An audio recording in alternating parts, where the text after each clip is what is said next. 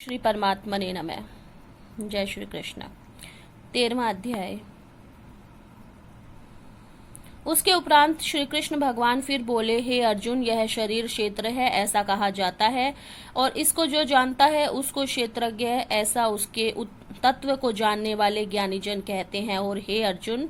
तू सब क्षेत्रों में क्षेत्रज्ञ अर्थात जीवात्मा भी मेरे को ही जान, और क्षेत्रज्ञ का अर्थात विकास रहित प्रकृति का और पुरुष का जो तत्व से जानता है वह ज्ञान है, वह मेरा मत है। इसलिए वह क्षेत्र जो है और जैसा है तथा जिन विकारों वाला है और जिस कारण से जो हुआ है वह क्षेत्र भी जो है और जिस प्रभाव वाला है वह सब संक्षेप में मेरे से सुन। यह क्षेत्र और क्षेत्रज्ञ का तत्व ऋषियों द्वारा बहुत प्रकार से कहा गया है अर्थात समझाया गया है, और नाना प्रकार के वेद मंत्रों से विभाग पूर्वक कहा गया है तथा अच्छी प्रकार निश्चय करके किए हुए युक्ति युक्त ब्रह्म सूत्र के पदों द्वारा भी वैसे ही कहा गया है। हे अर्जुन, वही मैं तेरे लिए कहता हूँ कि 5 महाभूत अर्थात आकाश, वायु, अग्नि, जल और पृथ्वी का सूक्ष्म भाव अहंकार, बुद्धि और मूल प्रकृति अर्थात त्रिगुणमयी माया भी तथा 10 इंद्रियां अर्थात श्रोत, त्वचा, नेत्र, रसना और घ्राण एवं वाक, हस्त, पाद, उत्पस्त और गुदा, एक मन तथा 5 इंद्रियों के विषय अर्थात शब्द, स्पर्श, रूप, रस और गंध तथा इच्छा, द्वेष और सुख दुख और स्थूल देह का पिंड एवं चेतनता और धृति, इस प्रकार यह क्षेत्र विकारों के सहित संक्षेप में कहा गया। हे अर्जुन, श्रेष्ठता के अभिमान का अभाव, दुम्भाचरण का अभाव, प्राणी मात्र को किसी भी प्रकार न सताना और क्षमा भाव तथा मन वाणी की सरलता, श्रद्धा भक्ति सहित गुरु की सेवा, बाहर भीतर की शुद्धि, अंतःकरण की स्थिरता, मन और इंद्रियों सहित शरीर का निग्रह, इस लोक और परलोक के संपूर्ण भोगों में आसक्ति का अभाव और अहंकार का भी अभाव एवं जन्म, मृत्यु, जरा और रोग आदि में दुख दोषों का बारंबार विचार करना, पुत्र, स्त्री, घर और धन आदि में आसक्ति का अभाव और ममता का न होना तथा प्रिय अप्रिय की प्राप्ति में सदा ही चित्त का सम रहना अर्थात मन के अनुकूल तथा प्रतिकूल के प्राप्त होने पर हर्ष, शोक आदि विकारों का न होना, मुझ परमेश्वर में एक ही भाव से स्थित रूप ध्यान योग के द्वारा अव्याभिचारिणी भक्ति तथा एकांत और शुद्ध देश में रहने के का स्वभाव और विषयासक्त मनुष्यों के समुदाय में प्रेम का न होना तथा अध्यात्म ज्ञान में नित्य स्थिति तथा तत्व ज्ञान के अर्थ रूप परमात्मा को सर्वत्र देखना, यह सब तो ज्ञान है, और जो इसके विपरीत है वह अज्ञान है, ऐसा कहा गया है। हे अर्जुन, जो जानने के योग्य है तथा जिसको जानकर मनुष्य परमानंद को प्राप्त होता है उसको अच्छी प्रकार कहूंगा। वह आदि रहित परम ब्रह्म अकथनीय होने से न सत कहा जाता है और न असत ही कहा जाता है, परंतु वह सब ओर से हाथ पैर वाला एवं सब ओर से नेत्र, सिर और मुख वाला तथा सब ओर से श्रोता वाला है, क्योंकि वह संसार में सबको व्याप्त करके स्थित है और संपूर्ण इंद्रियों के विषयों को जानने वाला है, परंतु वास्तव में सब इंद्रियों से रहित है तथा आसक्ति रहित और गुणों से अतीत हुआ भी अपनी योग माया से सबको धारण पोषण करने वाला और गुणों को भोगने वाला है तथा वह परमात्मा चराचर सब भूतों के भीतर बाहर भीतर परिपूर्ण है और चर अचर रूप भी वही है और सूक्ष्म होने से अविज्ञेय है तथा अति समीप में और दूर में भी स्थित वही है, और वह विभाग रहित एक रूप से आकाश के सदृश परिपूर्ण हुआ भी चराचर संपूर्ण भूतों के पृथक पृथक के सदृश स्थित प्रतीत होता है तथा वह जानने योग्य परमात्मा विष्णु रूप से भूतों को धारण पोषण करने वाला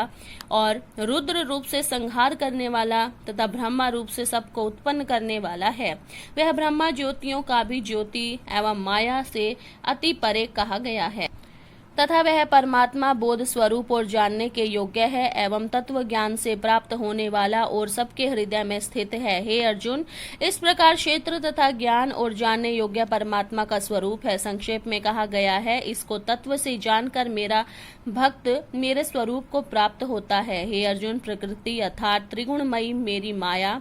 और जीवात्मा अर्थात क्षेत्रज्ञ, इन दोनों को ही तू अनादि जान और राग द्वेष आदि विकारों को तथा त्रिगुणात्मक संपूर्ण पदार्थों को भी प्रकृति से ही उत्पन्न हुए जान, क्योंकि कार्य और कारण से उत्पन्न करने में हेतु प्रकृति कही जाती है और जीवात्मा दुख सुख को भोक्तापन में अर्थात भोगने में हेतु कहा जाता है। परंतु प्रकृति में सिद्ध हुआ ही पुरुष प्रकृति से उत्पन्न हुए त्रिगुणात्मक सब पदार्थों को भोगता है और इन गुणों का संग ही इस जीवात्मा के अच्छी बुरी योनियों में जन्म लेने में कारण है। वास्तव में तो यह पुरुष इस देह में स्थित हुआ भी पर अर्थात त्रिगुणमयी माया से सर्वथा अतीत ही है। केवल साक्षी होने से उपदृष्टा अर्थात सम्मति देने वाला होने से अनुमंता एवं सबको धारण करने वाला होने से भर्ता, जीव रूप से भोक्ता तथा ब्रह्मादिकों का भी स्वामी होने से महेश्वर और शुद्ध सच्चिदानंद घन होने से परमात्मा ऐसा कहा गया है। इस प्रकार पुरुष को और गुणों के सहित प्रकृति को जो मनुष्य तत्व से जानता है वह सब प्रकार से बरतता हुआ भी फिर नहीं जन्मता अर्थात पूर्व जन्म को नहीं प्राप्त होता है। हे अर्जुन, उस परम पुरुष परमात्मा को कितने ही मनुष्य तो शुद्ध हुई सूक्ष्म बुद्धि से ध्यान के द्वारा हृदय में देखते हैं तथा अन्य कितने ही ज्ञान योग के द्वारा देखते हैं और अपर कितने ही निष्काम कर्म योग के द्वारा देखते हैं, परंतु इनमें दूसरे अर्थात जो मंद बुद्धि वाले पुरुष हैं वे स्वयं इस प्रकार न जानते हुए दूसरों से अर्थात तत्व के जानने वाले पुरुषों से सुनकर ही उपासना करते हैं। अर्थात उन पुरुषों के कहने के अनुसार ही श्रद्धा सहित तत्पर हुए साधक और साधन करते हैं और वे सुनने के परायण हुए पुरुष भी मृत्यु रूप संसार सागर को निसंदेह तर जाते हैं। हे अर्जुन, यावन मात्र जो कुछ भी स्थावर जड़म वस्तु उत्पन्न होती है उस संपूर्ण को तू क्षेत्र और क्षेत्रज्ञ के संयोग से ही उत्पन्न हुई जान, अर्थात प्रकृति और पुरुष के परस्पर के संबंध से ही संपूर्ण जगत की स्थिति है। वास्तव में तो संपूर्ण जगत नाशवान है और क्षण भंगुर होने से अनित्य है। इस प्रकार जानकर जो पुरुष नष्ट होते हुए सब चराचर भूतों में नाश रहित परमेश्वर को संभाव से स्थित देखता है वही देखता है, क्योंकि वह पुरुष सब में संभाव से स्थित हुए परमेश्वर को समान देखता हुआ अपने द्वारा आपको नष्ट नहीं करता अर्थात शरीर का नाश होने से अपने आत्मा का नाश नहीं मानता। इससे वह परम गति को प्राप्त होता है। और जो पुरुष संपूर्ण कर्मों को सब प्रकार से प्रकृति से ही किए हुए देखता है अर्थात इस बात को तत्व से समझ लेता है कि प्रकृति से उत्पन्न हुए संपूर्ण गुण ही गुणों में बरतते हैं तथा आत्मा को अकृता देखते हैं वही देखता है। और यह पुरुष जिस काल में भूतों के न्यारे न्यारे भाव का एक परमात्मा के संकल्प के आधार पर स्थित देखता है तथा उस परमात्मा के संकल्प से ही संपूर्ण भूतों का विस्तार देखता है, उस काल में सच्चिदानंद घन ब्रह्मा को प्राप्त होता है। हे अर्जुन, अनादि होने से और गुणातीत होने से यह अविनाशी परमात्मा शरीर में स्थित हुआ भी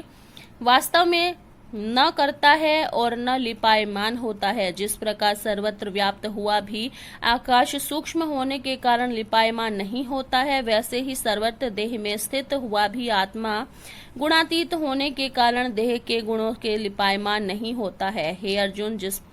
एक ही सूर्य इस संपूर्ण ब्रह्मांड को प्रकाशित करता है उसी प्रकार एक ही आत्मा संपूर्ण क्षेत्र को प्रकाशित करता है, अर्थात नित्य बोध स्वरूप एक आत्मा की ही सत्ता से संपूर्ण जड़ वर्ग प्रकाशित होता है। इस प्रकार क्षेत्र और क्षेत्रज्ञ के भेद को तथा विकार सहित प्रकृति के छूटने के उपाय को जो पुरुष ज्ञान नेत्रों द्वारा तत्व से जानते हैं वे महात्मा जन पर ब्रह्मा परमात्मा को प्राप्त होते हैं। जय श्री कृष्ण।